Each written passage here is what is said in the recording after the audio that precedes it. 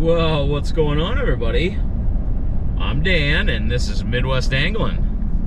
We are out for the first ice of the 2024-2025 season. We are going out on the mighty Petenwell Flowage. She's finally locked up. Doing a hell of a lot better than last year, I must say. Last year at this time, I was still doing just drone reports and flying over half open water. But no, today we're actually gonna get out here and do some fishing. It looks like I am one of the only few. Parking lot's looking pretty dead. I guess we're gonna find out if a guy is a genius or a lunatic. The other thing we're going to do today is we are going to do a drone report, which won't be in this video, but it's something that I started doing last year to help kind of catalog ice formation, and it helps a lot of people because this lake in particular, a lot of people come from pretty far away to fish it. We're really quite fortunate to have this right, less than a half hour from the house. Looks like there's already been some people out here. But we're gonna play it safe. We're gonna spud our way out. Got our float suit, taking all the precautions.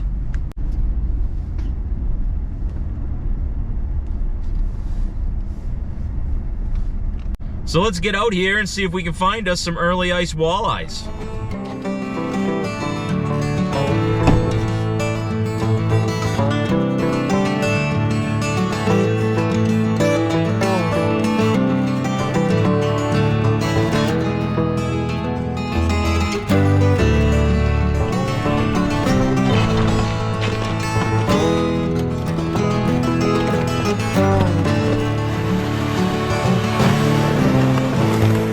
And we're off.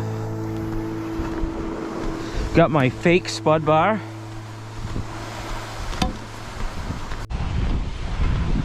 Yeah, this is really just a big chunk of lead pipe.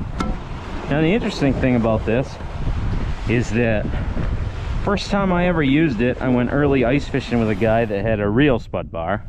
And this would actually go through the ice easier than the guy's actual spud bar. So it took less hits to go through that ice than it did on the spud bar. So I mean, if it works better, then why not? Why spend the money, right?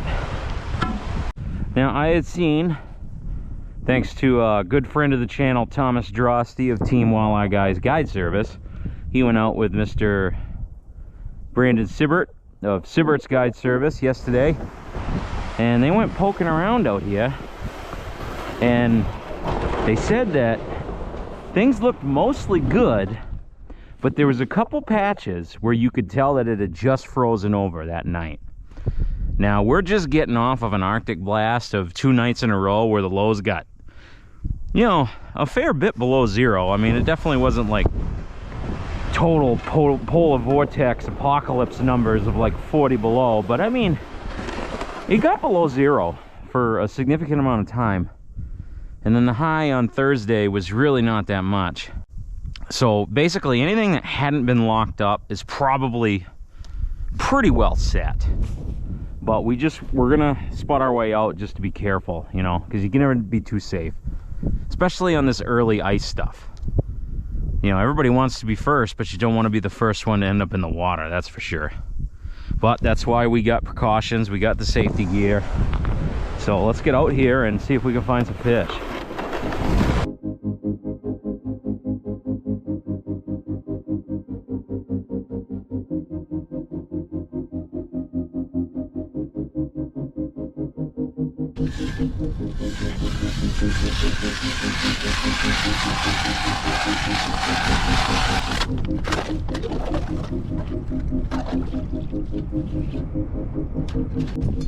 Alright, so now the moment of truth. Find out how much ice is actually in this spot. This should be a pretty good representative of what we got to work with right here, because this is pretty much the consistency of all the ice that between here and walking out of the county park.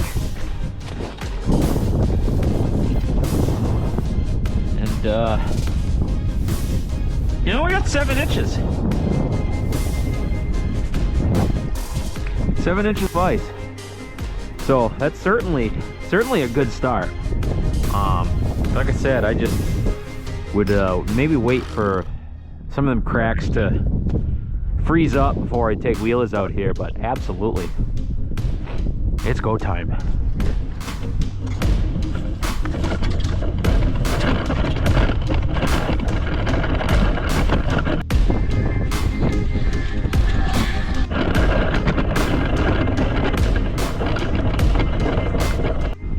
Boy, this is an interesting start this morning.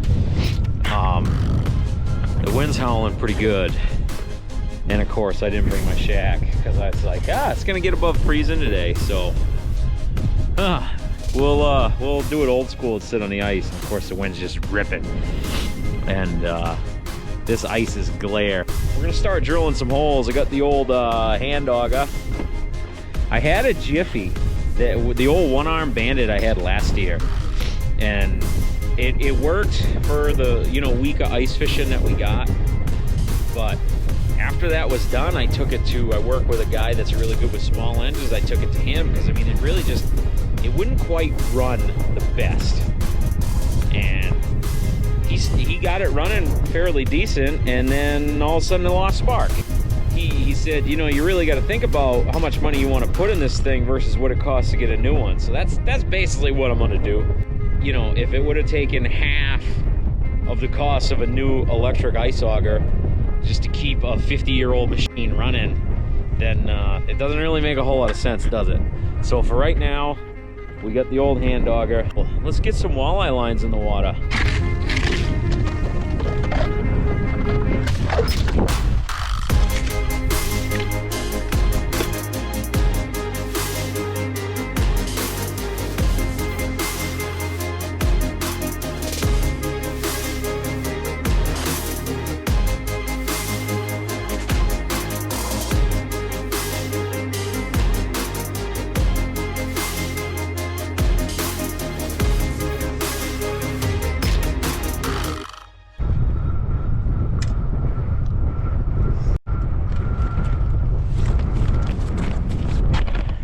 Actual flag, I think.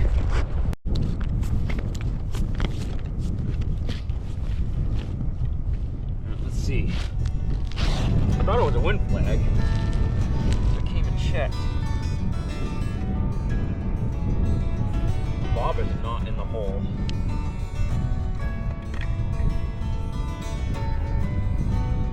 It's definitely a hit though. Yeah, that's why I use those styrofoams, these line markers, because then you can easily tell if you get a wind flag, because that bobber was all the way over. It's going down. I'm yelling timber.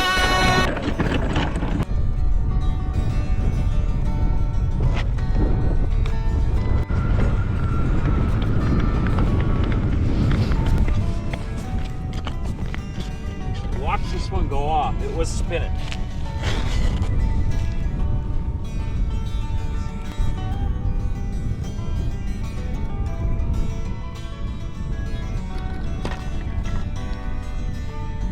Oh, he was there too. All right.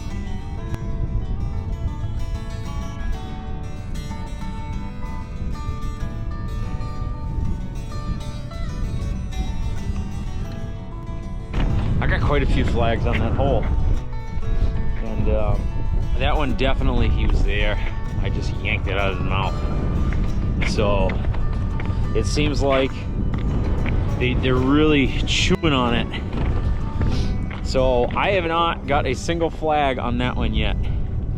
And that one's gone off several times. So I'm actually gonna pull that. That one's in significantly deeper water. One or two doesn't necessarily make a pattern, but like, that was like the third one.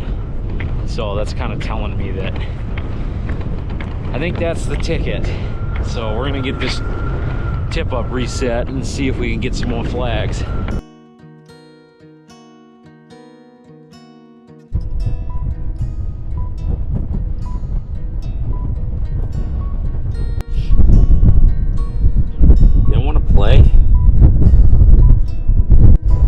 Whatever this is.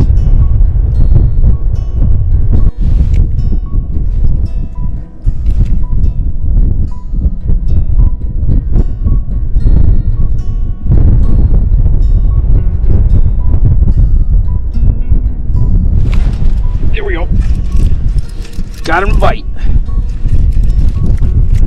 Of course, my head camera's dead. There it is. He's not gigantic,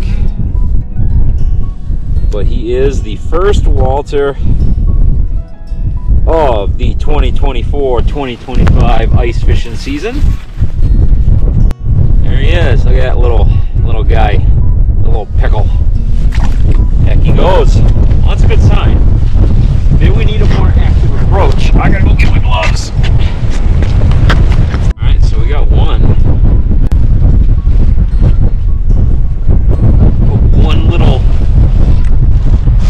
9-inch walleye a ice fishing video does not make, but it's a sign, right? So I'm just gonna keep hopping in these holes, and hopefully I can bring you back with some bigger fish. One just popped off the bottom, and then he disappeared. So they're down there. It would be a really beautiful day if the wind just was not so atrocious. Like, the temperature's perfect.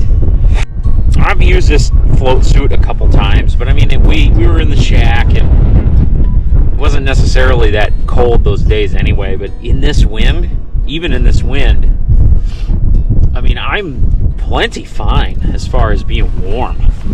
Like, I'm actually quite comfortable. I'm really impressed. So if you haven't bought yourself one of these suits, I would highly recommend it. I think they're absolutely worth the money.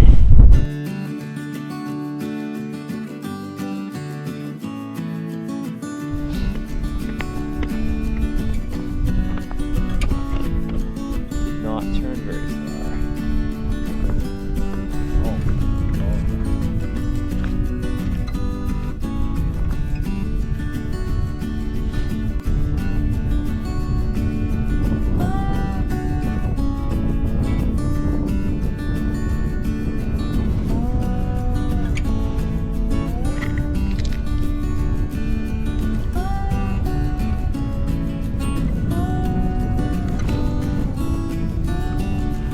Got him.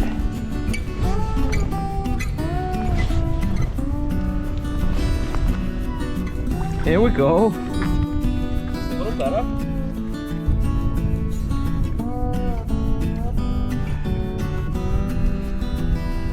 There he is. He's not quite a keeper.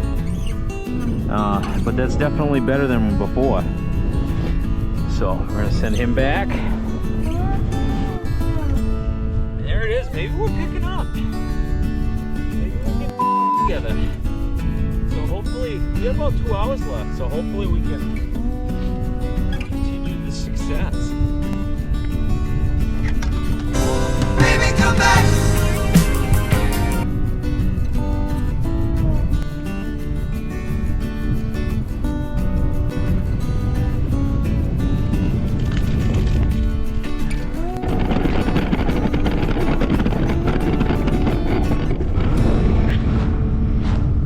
Can't help but notice that everyone that I can see has a shack. And then there's me, an intellectual, just standing out here. Oh, what an idiot. I'm also having a really hard time keeping my tripod in place. I want to talk about difficult conditions to film a fishing video. This is it. This is like one of the worst. If it was close to temperatures that we had in the middle of this week, oh, forget it. It'd be absolutely unbearable out here. Oop, we got a flag.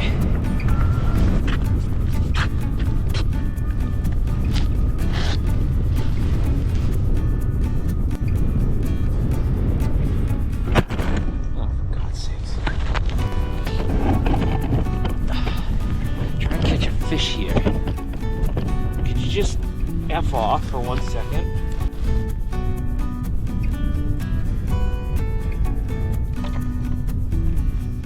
Oh, come on.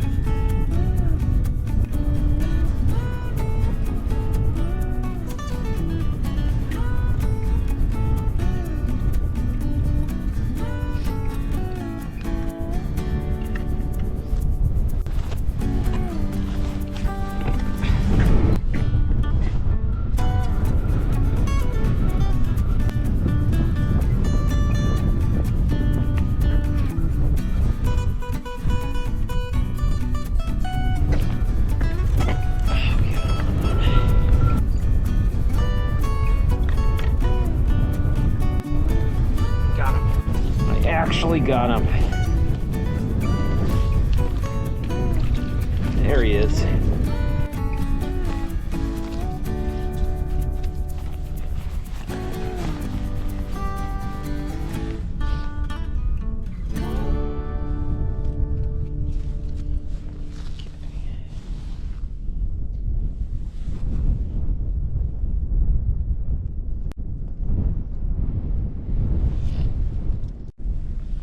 There we go.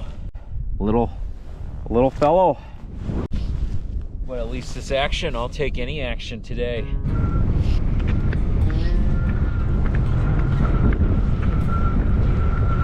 Well, perfect.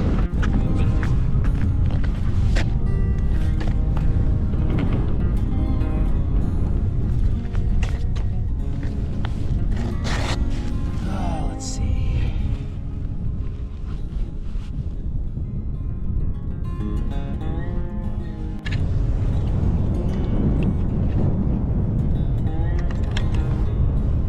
Got him.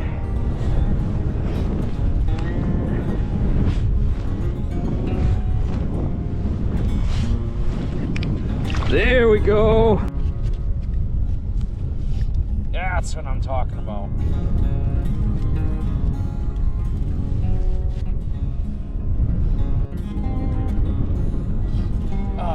I believe that's illegal. And in that case, he is coming home with me.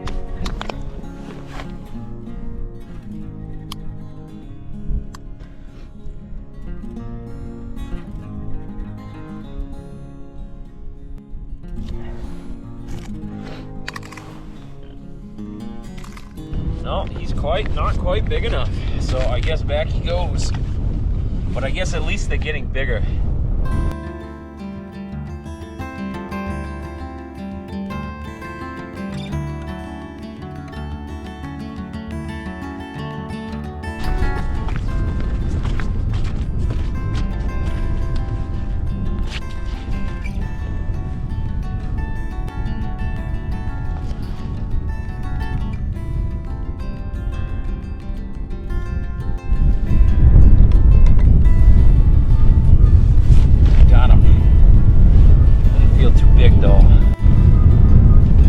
Oh, come off.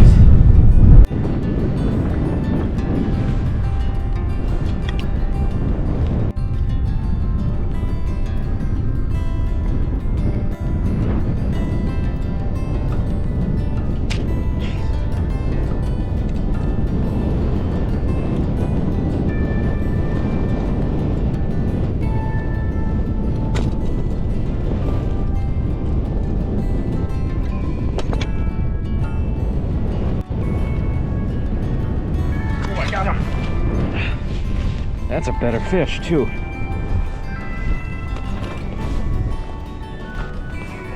There we go. There he is. And of course, this camera flew over in the wind.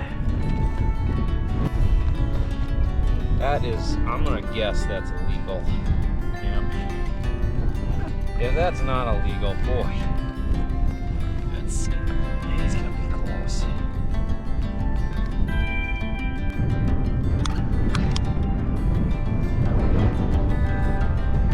He eats. Perfect. There he is. Looks like I'm gonna have me. Looks like I'm gonna get me some fish for the fryer tonight. The stupid thing about that fish is that he hit that when I was resetting the tip up, and the camera fell over, and I didn't realize that. Well, I didn't fix it because I didn't think there was a friggin' fish on it. So that's why we have two cameras. It's just lucky because that head camera likes to die and I like to forget about it. And so it's never even a guarantee that it's running. That's why it's basically the backup. But she was going for that. I'll get this guy back down here. And man, we might actually make something out of today. Get a reward for all the punishment. Over here working out the tip up knot from hell, and we got a flag. She's spinning.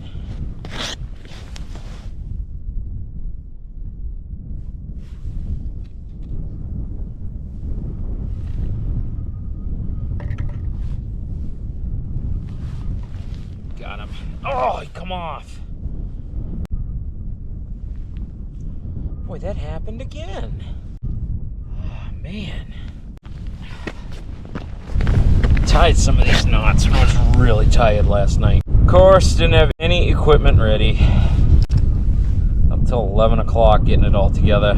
I guess some of these knots were not the best. No, this line isn't exactly brand new either. I don't know what it is. I guess maybe I just got all stupid with my snell knots. I don't know.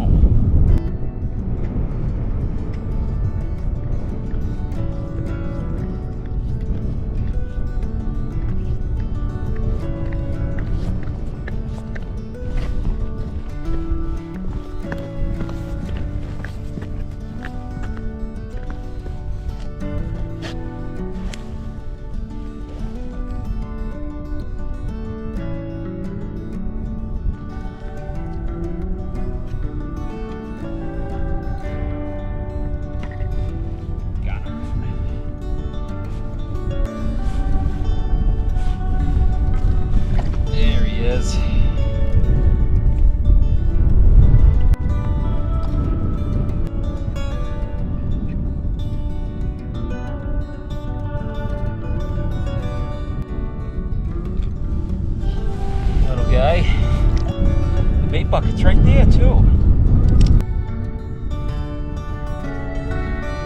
One thing that I just wanted to mention here is that just about every single one of these fish on the tip up is taking the hook really deep. And that right there is why I've started pinching down the barbs on all my tip up hooks. And anybody that's fished walleye on the ice, or really anybody that's fished walleye anywhere, knows they love to just sit there and chew on bait and not really move. And so they can have your bait for a while before they even set that flag off. And so that's one thing that I started doing, is pinching down that barb, making that hook barbless. And then really, as long as you can see the shank of the hook at some point in their gullet, it's really easy to get it out. And I've found that you really don't lose a whole lot of fish by doing that. So there's a tip. If you don't want to worry about choking short fish, that's how you get around it.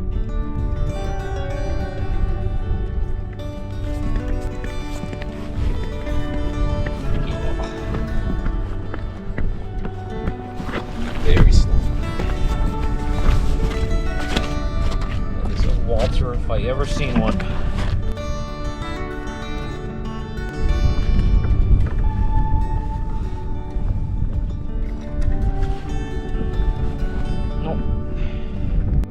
He had it. I pulled it right out of his mouth. How much longer are you gonna stay out? I'm gonna get the drone report in. Fish! Oh, just striking out here. What shit that was.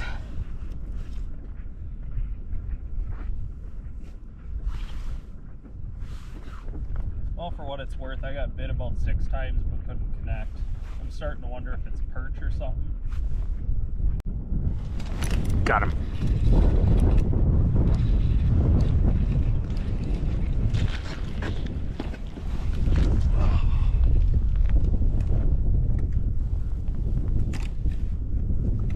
There we go.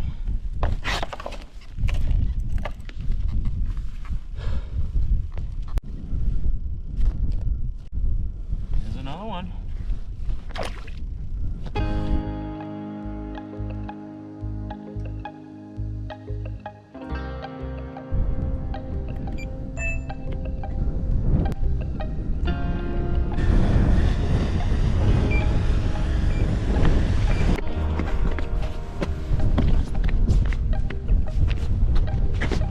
Trying to do the drone report, and we got 2 flags at the same time. Of course, they all show up at once. Let's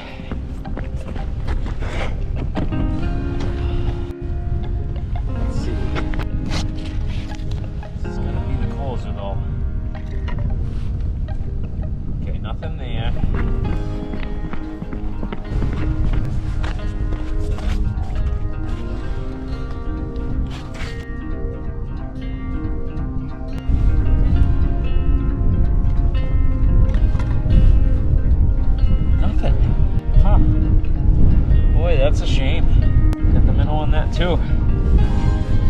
thinking that as a consequence of the barbless hooks.